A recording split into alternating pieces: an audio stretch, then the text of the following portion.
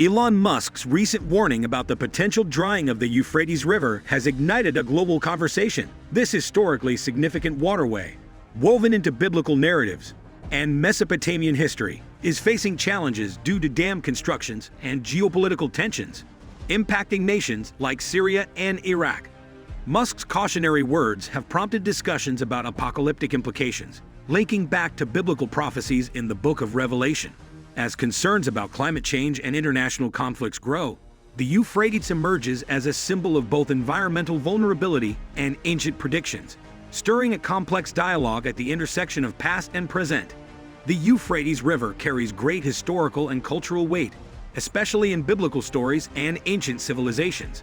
In the Book of Genesis, this river is connected to the legendary Garden of Eden, symbolizing fertility and prosperity. It's like a vital character in the stories of old times, playing a crucial role in the tales of ancient societies. In the Book of Revelation, another part of the Bible, the Euphrates River takes on a different role. Here, people see its drying up as a signal that the end times may be approaching. This adds a layer of significance to the river beyond its historical and cultural importance, making it a symbol tied to prophecies and beliefs about the future. In simpler terms, the Euphrates River isn't just a regular river in history. It's like a character in a big old storybook that holds tales of ancient times and is believed to carry messages about what might happen in the future. Elon Musk, the person famous for his work in technology and space, has shared worries about the Euphrates River possibly drying up. This has started many conversations about why the river's water levels are going down. Musk's message fits with bigger worries we have about climate change and problems between different countries in the Euphrates area.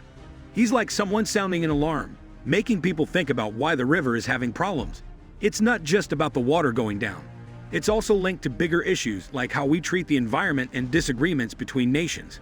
Musk's warning is like a spotlight on a bigger stage, where climate change and conflicts affect not just the river, but also the people living around it. It's a reminder that what happens in one part of the world can have ripple effects on many things, and we need to pay attention to protect important places like the Euphrates.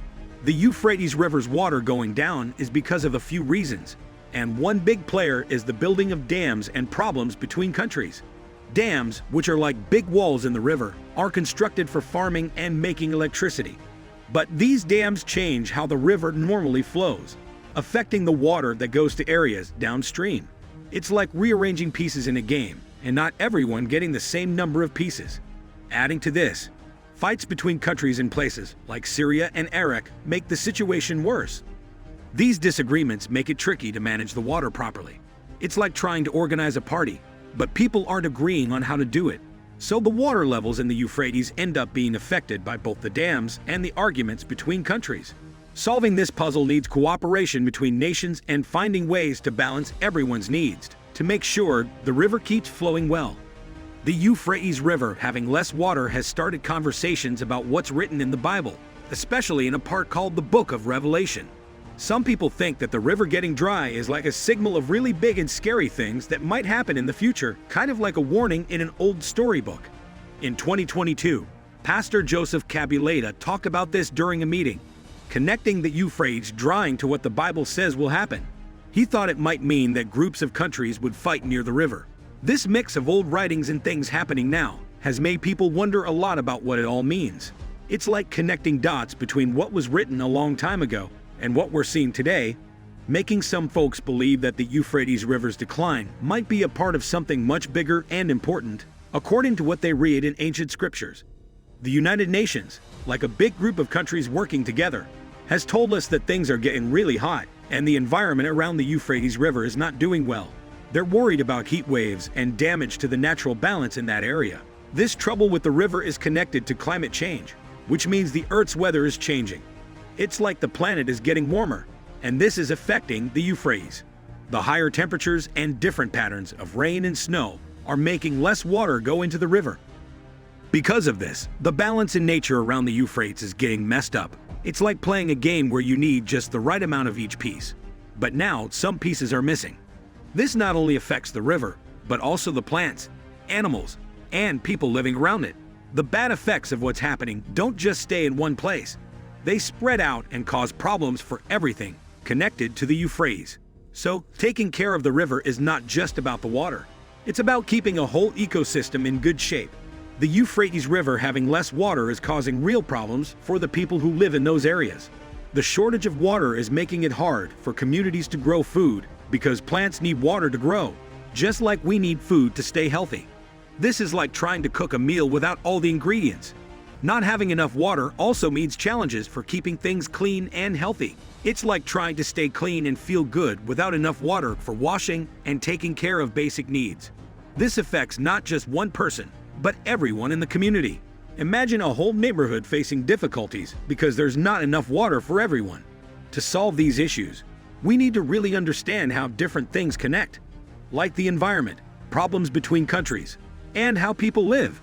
It's like figuring out a big puzzle where all the pieces need to fit together. By understanding these connections, we can find ways to help communities have enough water, grow food, and stay healthy, making life better for everyone in the areas around the Euphrates River.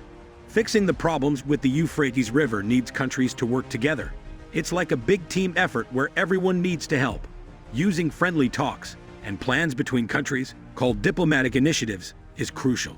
It's like having a big meeting where everyone agrees on how to solve the issues. Working together on how to use water, called collaborative water management, is also super important. It's like making a plan so that the river helps everyone and doesn't cause problems.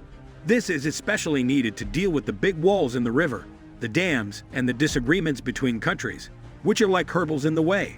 To make sure the area around the Euphrates stays healthy, we need to do things in a way that doesn't harm the environment. This is called sustainable development, where we grow and build things without hurting nature. Also, taking steps to fight against climate change, like using cleaner energy, is vital. It's like trying to keep our planet cool and healthy for a long time. So, everyone pitching in and working together is the key to fixing the challenges the Euphrates River is facing. The fate of the Euphrates River stands at the crossroads of environmental stewardship, geopolitical harmony, and ancient prophecies. Elon Musk's warning has shown a spotlight on the urgency of addressing the river's decline, emphasizing the interconnectedness of climate change and global conflicts. As nations grapple with diplomatic solutions and collaborative water management, the United Nations cautionary notes about heat waves and ecological damage underscore the broader ecological impact. Pastor Joseph Cabuleta's linkage to biblical prophecies adds a layer of complexity to the discourse, merging past beliefs with present-day challenges. The Euphrates River, with its rich historical tapestry, prompts us to consider not only its survival, but also the delicate balance between humanity, nature, and the echoes of ancient narratives.